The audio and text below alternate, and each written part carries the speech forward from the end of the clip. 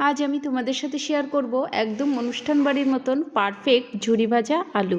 আমরা ছোট বড় সকলেই খুব পছন্দ করি এই ঝুরি ভাজা আলু। তো কি করে বানালাম চলো দেখি। প্রথমে আমি আলুটাকে ভালো মতন ছুলে এরকম পাতলা পাতলা করে কেটে নেব। কেটে আমি বারবার ধুয়ে নেব যতক্ষণ না স্বচ্ছ জল বেরোচ্ছে। তারপরে দেখো ফ্রিজ থেকে কিছুটা ঠান্ডা জল নিয়ে আলুটাকে আমি 10 মিনিটের জন্য ভিজিয়ে রেখে দেবো। 10 মিনিট পর আলুটাকে ভালো মতন চিপে আমি উঠিয়ে নেব। আমি এখানে একটি ঝাঁঝরি গামলাতে নিয়েছি, তোমরা যে কোনো ঝুড়িতেও নিতে পারো। তারপরে এরকম আলুটাকে ভালো মতন ছড়িয়ে রেখে দেবো কিছুক্ষণের জন্য, যাতে আলু থেকে সমস্ত জলটা বেরিয়ে যায়। এখানে কিন্তু একটুও জল ছিল না।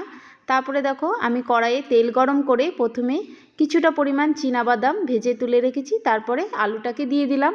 প্রথমে হাই ফ্লেমে কিছুক্ষণ আলুটা ভাজার পর লোতে করে ভাজতে হবে, নাহলে কিন্তু কালো হয়ে যেতে পারে তাড়াতাড়ি। তারপরে দেখো আমি সমস্ত আলুগুলো এরকমভাবে ভেজে নিয়েছি, আর কিছুটা কারি পাতা দিয়েছিলাম সেটিও ভেজে তুলে রাখলাম। আর তোমরা দেখো কতটা মুচমুচে হয়েছিল।